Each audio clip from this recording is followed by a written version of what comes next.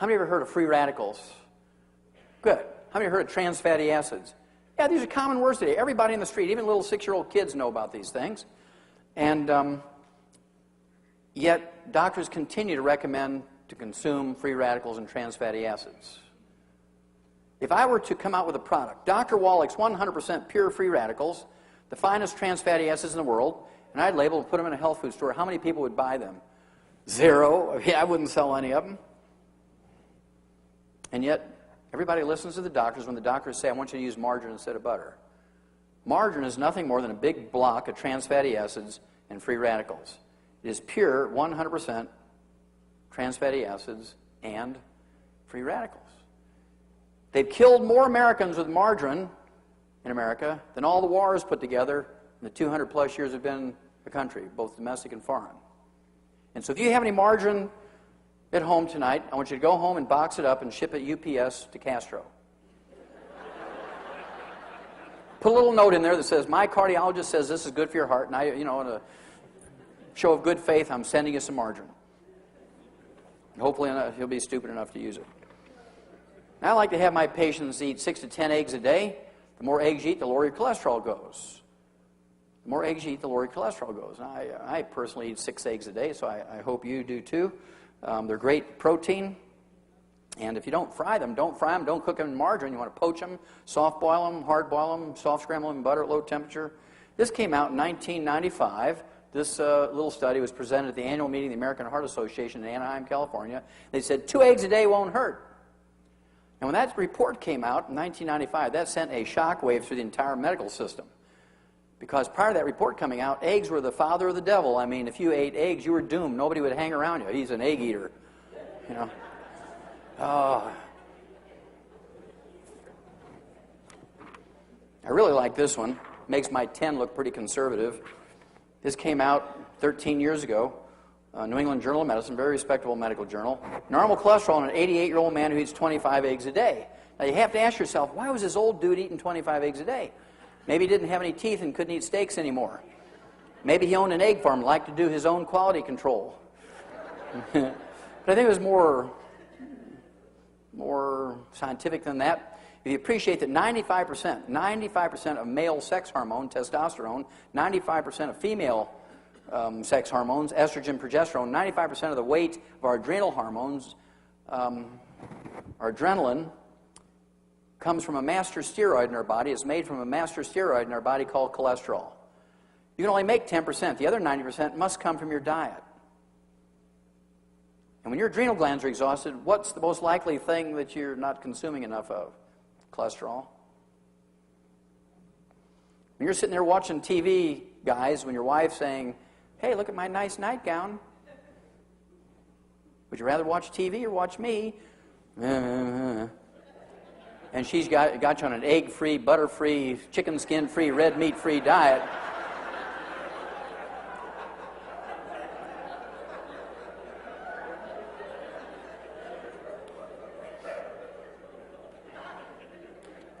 Yeah. Have you ever wondered why there's no flourishing colonies of vegans?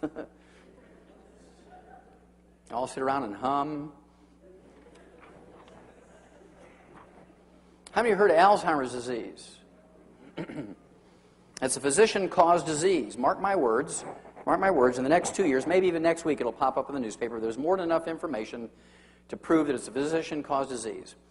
Alzheimer's disease is a disease that did not occur, even by another name, 40 years ago. It only became recognized as a disease in 1979, 25 years ago. Today, it's the number 4 killer of adults over the age of 65, behind, well, I have to throw in doctors now. Doctors, cardiovascular disease, cancer, diabetes, and Alzheimer's disease. Now, our brains are made up of 75% a fatty insulation material called myelin. How many of you heard of myelin? Good. Well, myelin is this fatty insulation material in the brain. How many of you are eating a brain sandwich, brain and egg sandwich? Oh, you haven't lived until you eat a brain sandwich. It is good. A little bit of onion and mustard. I mean, there's nothing better than a brain sandwich. It's real cheap now because everybody's afraid of, mad cow disease, so I buy more brains and I eat it. But at any rate, This myelin makes up 75% of our brain weight. It's so important to the animal and human brain. Myelin is 75% of our brain weight. And myelin is 100% cholesterol. You can only make 10% of your daily need. The other 90% must come from your food. And if you're very, very good at listening to your doctor's instructions, does that sound familiar? September 2000, Scientific American. If you listen to your doctor and you give up eggs and eat egg beaters, if you give up butter and eat margarine, if you rip the chicken skin off your chicken before you eat it, you eat tofu instead of red meat, the odds are you're going to get what? Alzheimer's disease. This came out 4 years ago, March of 2000. Alzheimer's tidal wave is feared. It's coming. They said within the next 25 years, 14 million Americans are going to die of Alzheimer's disease. Today, 25 years backwards, only 250,000 died of it. And 25 years backwards from that, nobody died from Alzheimer's disease. Now, why would you go from 0 to 250,000 to 14 million? Well, that's because the baby boomers are coming along, and they listened to the doctors. They believed in technology, and they believed in doctors, and they believed if they followed the doctor's advice, they could be healthier and live to be 100. And so now baby boomers are the ones that get a higher rate and higher percentage of Alzheimer's disease than our older relatives who could care less. Okay? Remember Ralph Charles still flying airplanes at 100? Harold Stilson still hitting in golf hole-in-one at 101? Mazumi Dusti, 161? Still babysitting and singing lullabies and maybe cooking and sewing?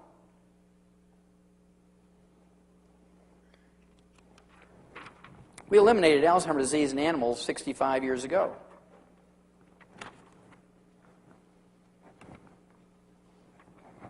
This is a human study that came out in July of 1992. Vitamin E can ease memory loss in Alzheimer's patients. This was a study by the University of California, San Diego Medical School and the Salk Institute, infamous for the Salk polio vaccine. They said that vitamin E could bring back a certain amount of memory and make people functional again. Well, nobody could believe that was true, so they redid the study, and 5 years later they came out with this. Vitamin E might slow Alzheimer's disease. High doses of common vitamin E can slow the devastating decline for some Alzheimer's patients, significantly delaying the need for nursing home care. Again, the University of California, San Diego, University Medical School. Now, if you can delay the need for nursing home care for a spouse or a child or a parent, grandparent, aunt, uncle who has Alzheimer's disease by 5 years, would that be emotionally and financially beneficial to a family? Of course it would. Why don't doctors tell you this? Well, because they own the stock of the nursing home in your town that takes care of Alzheimer's patients. They don't want this to get out. This came out in 2003, November 2003, a study by Tufts University Medical School in Boston. They found out you could reduce your risk of Alzheimer's disease by 48% by just taking either supplements or fish 3 times a day to get the omega-3 essential fatty acids. This has been repeated over and over and over. This just came out January 2004. People taking vitamin C and E were 78% less likely to have a diagnosis of Alzheimer's disease. Now, they didn't even think about the diet, getting rid of fried foods and margarines and sources of free radicals. They didn't even think about eating cholesterol. This was just some antioxidants. And so we know from animal studies and these sort of early studies in human beings that if you eat enough cholesterol, not fried, not cooked in margarine, but poached and soft-boiled and hard-boiled and soft scrambled in butter and meat medium rare and so forth, which we'll talk about in a minute, and take in antioxidants, the odds of you getting Alzheimer's disease are reduced to almost 0.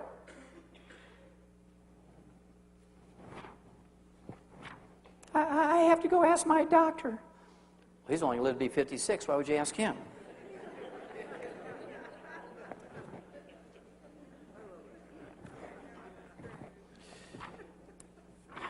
Now, how many of you have heard of high blood pressure? Raise your hand.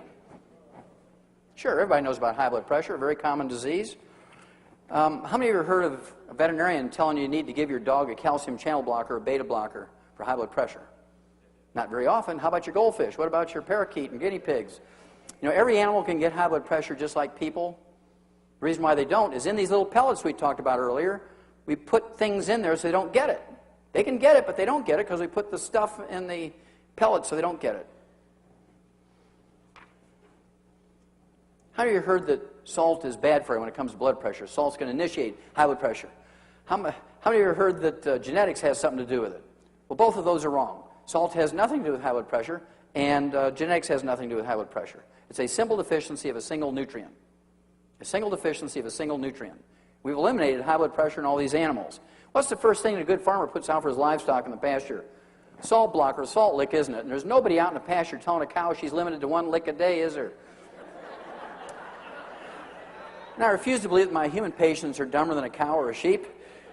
Say, look, go ahead and salt your food to taste. Don't worry about it. If you put too much salt on there, it won't taste good. You won't eat it. Remember the Japanese. They consume an entire salt shaker per person a day, 15 grams of salt a day, and they have 85% less cardiovascular disease than we do. And high blood pressure is not even in their vocabulary because they don't get it very often. Well, this came out in July of 1997. It redeemed my view on salt. It says, doctors lack proof that too much salt is unhealthful. After years of telling healthy people that too much salt isn't good for them, researchers still don't have solid evidence to back up that claim. Now, what do doctors call people who give unsubstantiated health and medical advice for profit? Call them quacks, don't they? So next time you have a doctor who says, look, I need you to give up salt because you're getting to that age, we've got to worry about your blood pressure. You say, doc, you're a quack. There's no evidence to support that claim. Yeah, I know you want to give me those statin drugs and blood pressure medication even though I don't have those problems. And you need to go back and kind of read your stuff here because that's not true. Well, there was a wonderful study done by the U.S. government called the Sodium Task Force. Once and for all, they were trying to prove that salt was the cause of high blood pressure. This was published in April of 1997, and this is the bottom line of the study. It was called the Sodium Task Force, 1997. You can look it up on the internet. The study found that people who limited their salt intake to 1,000 milligrams or 1 gram a day, like doctors want you to do, have 6 times more heart attacks, 600% more heart attacks than those who defied their doctors and ate double that amount. If you listen to your doctor, you had 6 times more heart attacks than people who defied their doctors and ate double that amount.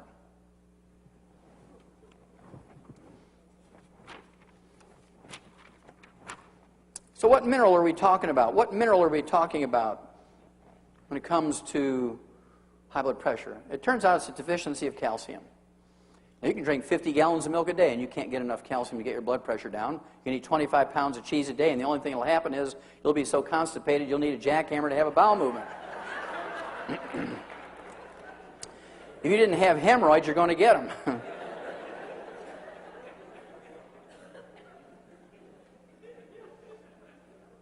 You can take all the Tums you want. You can take all the oyster shell, eggshell, limestone, coral calcium you want. Nothing's going to happen. That's because if you take 1,000 milligrams of limestone or calcium carbonate, which is coral calcium and eggshell and oyster shell, all those are the same chemical formula. You take a 1,000 milligram capsule, you're not getting 1,000 milligrams of calcium. Only 140 milligrams is elemental calcium. 860 milligrams is carbonate. And because it's an elemental form of calcium, you only get 10%. So 10% of 140 milligrams is 14. If you take 2 of those 1,000 milligram capsules of calcium carbonate in any way, shape, or form, you get 28 milligrams of calcium. It's not going to do you much good when it comes to arthritis, osteoporosis, high blood pressure, periodontal disease, etc., etc. But we've eliminated a lot of high blood pressure in animals and some very famous people who didn't want to use drugs. How many of you have heard of menopause? Raise your hand. Say, now even the guys are raising their hand. Oh, I know about that one. Well, up until about 1958, every doctor used to make 50 cents on dispensing a little herbal formula called Lydia Pinkham's. How many of you heard of Lydia Pinkham's? Yeah. Lydia Pinkham's, very famous herbal formula, and would get rid of the hot flashes, the night sweats. But doctors only made 50 cents when they dispensed a bottle. In 1958, pharmaceutical companies came out with HRT, hormone replacement therapy. And all the research was done by veterinarians, and they were told not to give it to humans because it did terrible things to the laboratory animals. They said, well, that may be true in laboratory animals, but it hasn't been proven in humans yet. We're going to have to kill a lot of women with this stuff before we get too excited about taking it off the market. And so they began to encourage women to take HRT in 1958.